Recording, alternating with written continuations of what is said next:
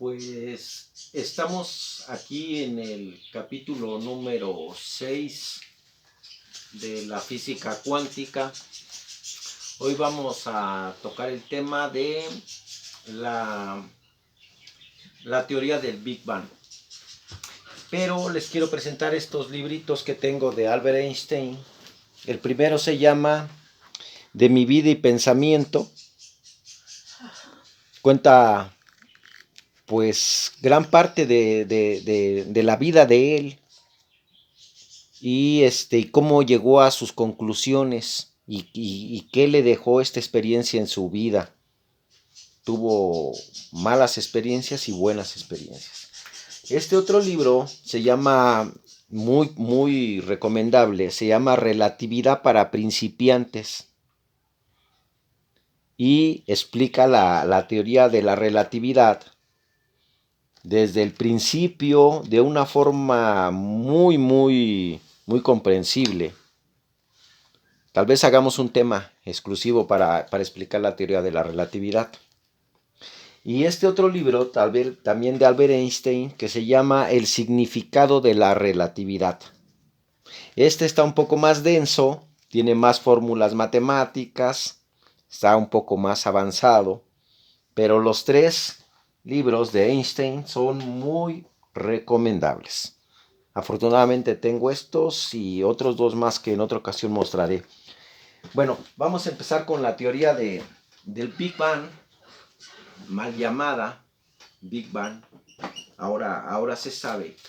Esta, más o menos, cuando se empezó a querer aventurarse la ciencia en proponernos una idea de cómo se formó el universo en primera instancia.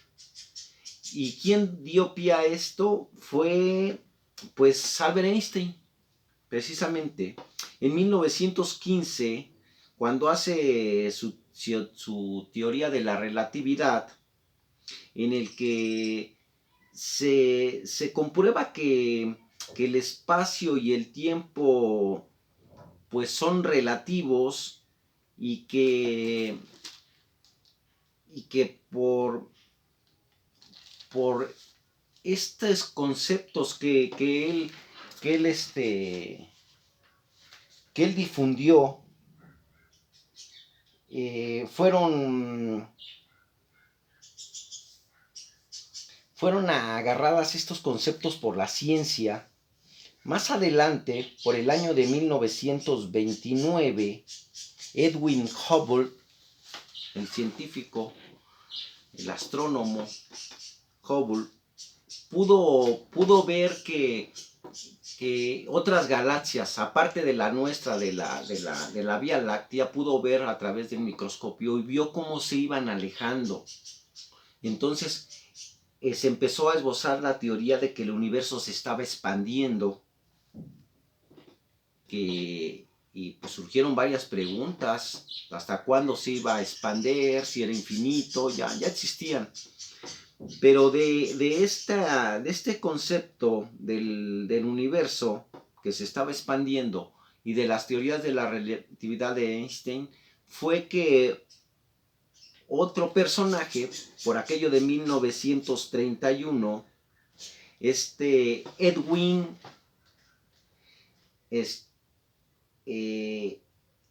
fue que expuso él su teoría del Big Bang. Bueno, él no la llamó Big Bang, la gente le puso teoría del Big Bang, pero en realidad vamos a ver que dista mucho de ser una explosión.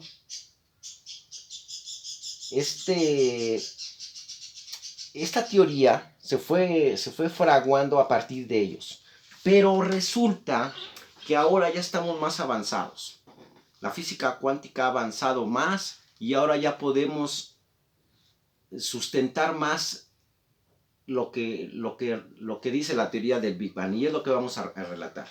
Entonces empezamos con que A partir de estas aseveraciones que se hicieron del Big Bang, dicen que si tuviera que decir dos aspectos vitales sobre nuestro universo, te contaría que se lleva expandiendo desde hace miles y millones de años y que no vemos dónde acaba, incluso puede que sea infinito. Es que en la actualidad entendemos muy bien el cosmos primordial. Por ejemplo, podemos predecir la abundancia de elementos ligeros o las propiedades de la luz más antigua del universo. Sin embargo, como suele suceder, con esto no es suficiente para responder todas nuestras preguntas. Por ejemplo, ¿cómo puede ser que todas las zonas del cosmos sean iguales si no han podido comunicarse entre ellas? Desde el inicio del universo no ha habido suficiente tiempo como para que la luz se propague entre ellas. Así que es una casualidad que todas tengan las mismas propiedades a pesar de que no han podido transferirse información. ¿O es que ocurrió algo en el pasado que lo permitió? Otra sospecha surge al pensar sobre la geometría del universo. Puede que ya sepas que la materia y la energía se curvan en el espacio-tiempo. Esto también lo propuso Albert Einstein. Albert Einstein decía que nos imagináramos que el universo está inmerso en una especie de campo y que ese campo se curva con la masa de un objeto pesado y esa oquedad que queda en la curvatura del espacio-tiempo, de ese manto, como si fuera una sábana cuando tú la quieres extender en la cama, y le pusieras una naranja y vieras que se curva la planicie de esa sábana, entonces él dice que la masa de los objetos hacen que se curve el espacio-tiempo, que sería la sábana, en este ejemplo, y esa oquedad que forma hace que los objetos que están más próximos empiecen a querer caer hacia el centro y empiecen a orbitar. Si se dan cuenta, esa es una idea diferente a la que proponía Isaac Newton de la ley de la gravedad. Einstein dice que las cosas gravitan porque la materia y la energía deforman el espacio y el tiempo. Él llama espacio-tiempo, porque él dice que es la misma cosa, y también la materia y la energía, dice materia-energía. La materia se puede transformar en energía y la energía en materia. Ya lo vimos con la tablita que anteriormente. Bueno, continúo. Dicen, bien, esto no solo ocurre en escalas pequeñas. El universo entero adquiere una curvatura, sin embargo, y aunque hemos observado distancias extremadamente lejanas, no observamos tal curvatura, por lo que ésta debe ser muy pequeña. Pero esto plantea problemas, pues según las ecuaciones de Einstein, en presencia de la materia y la energía, la curvatura aumenta con el tiempo. Luego, si ahora es muy baja, en el pasado tendría que haber sido terriblemente menor. Dicho con precisión, tuvo que ser trillones de veces menos. Como es sospechoso que la curvatura en el espacio haya estado ajustada tan finalmente por azar. Los físicos se plantearon, ¿y si hubo algún mecanismo desconocido que lo hizo? La cosa continúa con la estructura de la materia en el cosmos. Todas nuestras predicciones sobre el universo se sustentan en un hecho. Los componentes del cosmos están perfectamente repartidos en el espacio y que vayas donde vayas, el universo se parece siempre igual. Pero si esto hubiera sido estrictamente cierto, no viviríamos en los objetos formados por las pequeñas concentraciones de materia que conocemos, sino que no habría nada más que una nube de gas perfectamente homogénea. Luego, ¿qué pasó en el origen del universo? ¿Para qué dentro de la uniformidad del cosmos aparecieran las diminutas inhomogeneidades en las que vivimos? ¿Y qué es esto? Esto olvidando de lo... Dentro de todo esto nos estamos olvidando de lo más importante. ¿De dónde ha salido todo lo que nos rodea? ¿Cuál es el origen de la materia y de la energía? Los físicos tienen una respuesta para todas estas preguntas. Esta idea todavía no ha sido confirmada experimentalmente. O sea, nada más está en una teoría. Experimentalmente todavía aún no se ha podido comprobar con rotundidad, pero los expertos apuestan fuertemente por ella. Hablo de la inflación cósmica, que así es como se debe llamar a la teoría del Big Bang, inflación cósmica. En el comienzo de los tiempos había un campo llamado el inflatón, así lo llamaron los científicos. Un buen día, el inflatón se excitó en una cierta zona del espacio y generó un periodo de expansión vertiginosamente rápida e intensa. La era de la inflacionaria la llamaron a esa etapa primigenia. Es una fracción abismal de un segundo. Las distancias en él del universo se ampliaron al menos en un quintillón de veces. En un cierto momento la expansión se relajó y toda la energía de la inflación fue transferida al resto de los campos que generan la materia del universo. Este momento se llamó recalentamiento. Lo pone entre comillas. Pero popularmente se conoce como el Big Bang. O sea, el Big Bang nos explica a partir del recalentamiento. Esto sería el origen de todas las partículas del universo, incluidas las nuestras. O sea, ese recalentamiento que nosotros decimos Big Bang es el origen de todas estas partículas que hemos estado viendo.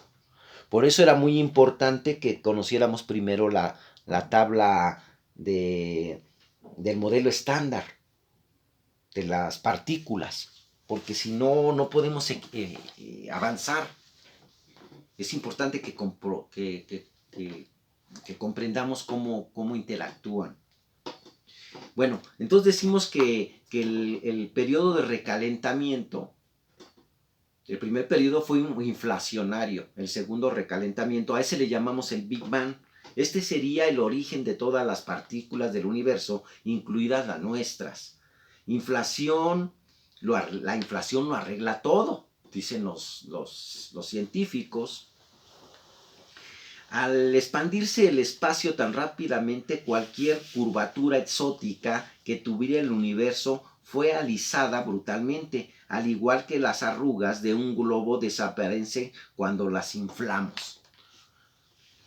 Esto explica por qué tiene tan poca curvatura en la actualidad. Sin embargo, aunque todos los rastros de la curvatura en el espacio-tiempo ancestral fueron borrados en el proceso, el propio inflatón dejó sus huellas debido a su naturaleza cuántica. El campo del inflatón fluctúa y estas fluctuaciones produjeron pequeñísimas deformaciones en el espacio-tiempo cuando el universo se expandió. Esas fluctuaciones de los que nos habla ahorita es como cuando explicamos en el capítulo anterior que nos imagináramos que todo el espacio es como una gelatina. Claro, de forma imaginaria, no vayan a pensar que así es. Nos imaginamos y está fluctuando, o sea, se mueve. Por eso hacemos la analogía con una gelatina, porque siempre está temblando, siempre está fluctuando y se está moviendo. Pues esas fluctuaciones se fueron borrando en el proceso. El propio inflatón dejó sus huellas. Y estas fluctuaciones produjeron pequeñísimas deformaciones en el espacio-tiempo. Cuando el universo se expandió, estas perturbaciones dejaron de ser tan diminutas y formaron los sutiles pozos gravitacionales en los cuales la estructura del cosmos comenzó a formarse. Estos pozos que menciona aquí es esa oquedad que decimos que deforma el espacio-tiempo cuando hay una masa que perturba el espacio-tiempo. Es esa oquedad, son esos pozos que menciona aquí. Debido a que los pozos del mismo tamaño tenían la misma profundidad entre ellos, la estructura tiene propiedades similares a distintas escalas. Esto es muy impactante, dicen, porque no solo un fenómeno cuántico sería la causa de la homogeneidad a gran escala de nuestro universo, sino que además sería la causa de la homogeneidad a pequeña escala de la estructura del cosmos. ¿Qué entendemos por homogeneidad? Cuando algo es homogéneo, quiere decir que en cualquier lugar donde tú lo miras, te da una lectura muy similar. Por ejemplo, así un ejemplo muy, pues, que se vale, pues. Decimos que la leche está homogenizada porque es de la misma vaca. O sea, no es que ordeñaron varias vacas y rellenaron los litros de leche. Entonces ya no sería homogénea.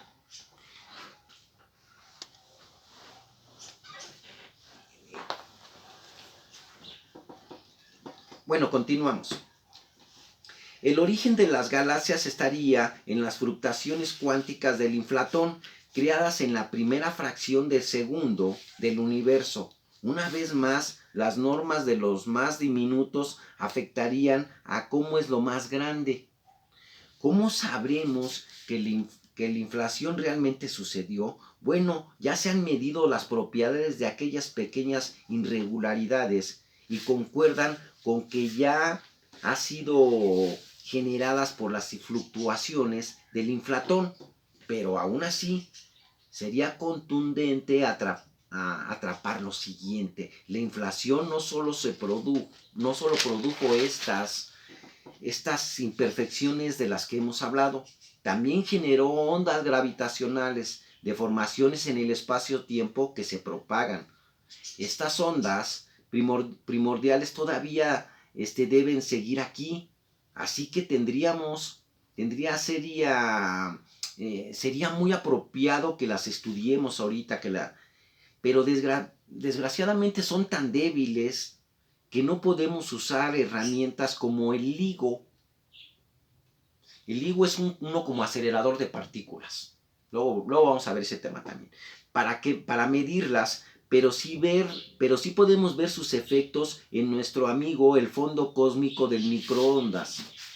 Ese amigo que se refiere es una foto del universo, es la foto más antigua que tenemos. Luego vamos a explicar un poquito cómo fue que se tomó esa foto. Fue con instrumentos especiales. A grandes rasgos, la idea en que estas ondas gravitacionales tuvieron que alterar la dirección de vibración de esta luz. Así que midiendo esta dirección sabremos si hubo ondas o no, y si fue esto lo que el experimento BICEP, así se llamó un experimento BICEP, hizo hace unos años, reclamando que efectivamente estas ondas estaban ahí.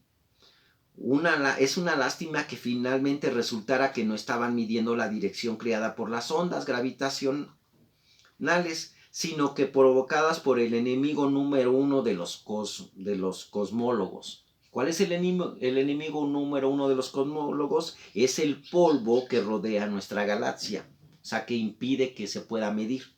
Y que en la actualidad todavía se estudia cómo separar la contribución de vida de este polvo, de la presunta contribución de las ondas gravitacionales. pero dice que no hay que rendirnos, no hay que venirnos abajo, porque muchos de los científicos del mundo actualmente están trabajando para poder confirmar esta teoría. Y el comienzo del cosmos fue efectivamente, no fue parecido a una explosión, sino a una expansión. Pues es todo por el momento y nos vemos en el siguiente capítulo. Vamos a enseñar más libros y voy a decir por qué pongo a veces estas figuras arriba de los libros. Y están arriba de todas las catedrales góticas que eran como libros donde se guardaba la información. Un día vamos a hacer un capítulo, pero no en la ciencia, sino en leyendas esotéricas sobre estos personajes, las gárgolas. Muchas gracias y nos vemos en el otro capítulo.